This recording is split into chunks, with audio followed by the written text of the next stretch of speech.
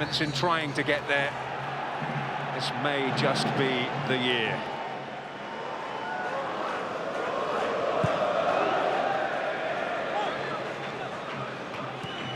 Beneath that, Daniel Pudil. Derby without any cup commitments in midweek. Sheffield Wednesday did change their team quite considerably for the trip down to Stoke.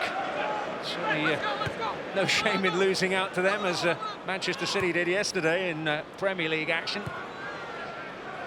That cup run, which included victories over Arsenal and Newcastle United, just another indication that they are a club very much on the rise. It's Cyrus Christie. Once again, first choice in that right-back position. And Bradley Johnson making a burst from midfield. First real centre-back business of the day for Sam Hutchinson there. It's Lovens. Into Alex Lopez, who's getting hassled there by Butterfield. Found a way out nicely to Ross Wallace. Now Palmer. The searching ball, and Joao not too far from getting on the end of it. Just couldn't quite grow enough in the end. Oh, he's great play, but he's great running off the ball as well. You see Lee there, he makes that run, he makes that unselfish run, which creates the space then for Palmer to be able to put the ball in.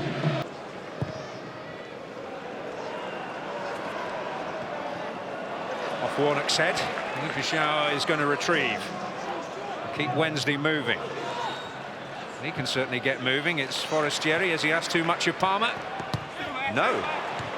Shackle able to get it away. Here's Wallace on that left peg. Oh, and Grant with his first real work of the day, and it was a searing effort from Ross Wallace. It's an outstanding strike from Wallace. Once again, Palmer does brilliantly. Thornheads the ball away. Great strike from Wallace, and fantastic save from Grant. Oh, what a great left foot Ross Wallace has got. We've seen it from set pieces. Club skipper Chris Baird having to get used to life on the bench as a result. It's Forestieri. He's going to have a crack as well. Found himself quite isolated. Sheffield Wednesday had done that really, really well this first half.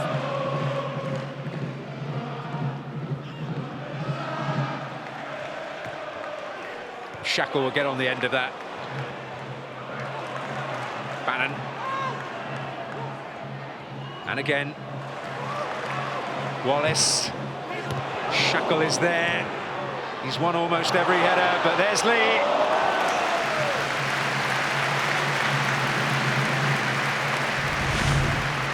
Nice good play once again in the wide areas.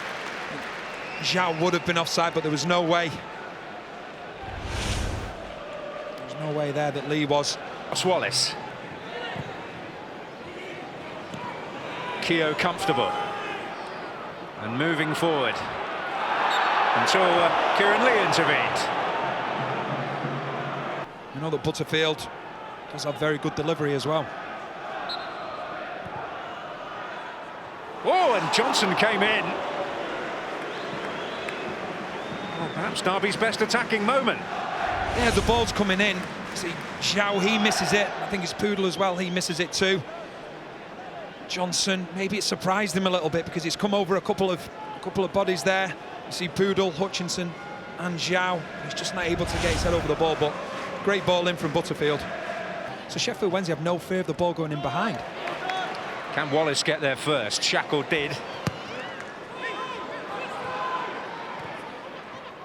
Joao, sprightly turn from him and a useful ball.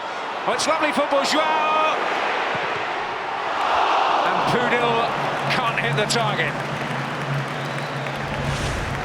Oh, you see, it all happens. Shackle makes the clearance. He then can't get back into the box. You can see him trying to use his pace to get in there, but he's vacated an area. He's managed to get an initial block in and then dived in the second one. But all that happened because Shackle ended up being out of position. That created that little bit of space in midfield, at the centre of the box, because Shackle was out of there.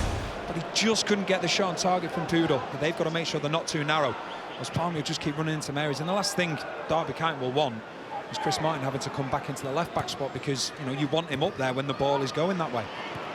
Lopez to Hooper. Bannon. Forestieri moving outside. Here's Hooper. Wallace. He'll take aim! Oh, whistling towards that Cop-End goal, but over the top. Now, it's a good strike from Wallace, and he's very difficult to pick up when he goes inside on that left foot. He's always just rising. And taking the shot on. It's the one occasion all afternoon where we didn't see Liam Palmer tanking down the right-hand side.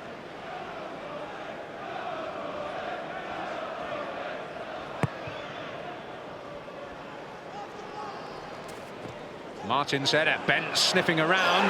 Now then, decision to make, and it is deemed a deliberate back pass by Glenn Lovens. Westwood's show of dissent will, or disappointment at least, will incur the referee's displeasure, I'm sure, as well. But that's the problem now you're going to have. Martin now, if he's going to flick the ball on, he's going to have a runner with him, and that's something that Derby have rarely missed. You know, there's obviously a misunderstanding between Lovens and Westwood there. It will be Johnson to drill it! Well and truly rattled the frame of the goal. Oh, it's a great strike. The wall, you know, like, there's no real job to do there. Maybe you could argue they could jump. Lopez, Pudil. Away from Cyrus Christie, but that's because Christie fouled it.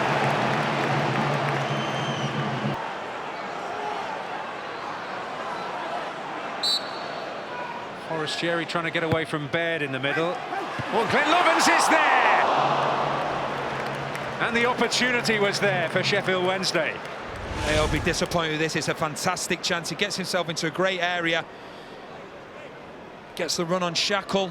Just doesn't get enough on the header. He should be getting that on target, and he knows it as well. The first thing he does, he puts his head in his hands, gets the better of Shackle, but he can't get any direction on it. It's a great opportunity. Baird can't find a way through.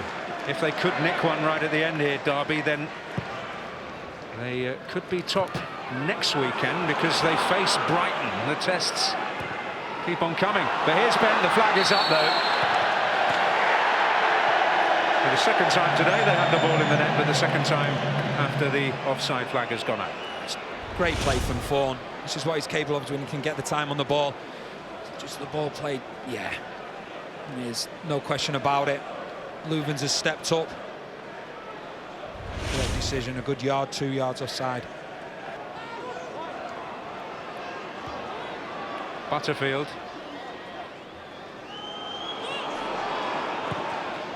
In towards Martin. Bent gets his head on it. Martin! Whistle blows, flag up. And you can hear the sound of the relief around Hillsborough. Yeah, I think it looks like it was offside on Bent. So when the ball's played initially to Martin. Yeah, it's another one. He's offside. You see he gets up well, and it was good link-up play between the two of them, but it was always going to be insignificant because Bent was quite clearly offside. Adam Nunn, the assistant on that far side, favoured by Bent's position on his side as well. It was a very clear-cut decision, but not clear-cut in the final analysis here at Hillsborough, although Paul Clement, I'm sure, will concede that Carlos Carvalhal, Sheffield Wednesday, more than matched his team today and showed their credentials. Although their cage was rattled, their goal frame was rattled by a fearsome free kick from Bradley Johnson in that second period, where Derby certainly did come much more into the game. Another tough examination for Derby, but not a similar end result for them as they achieved across the county at Hull last weekend.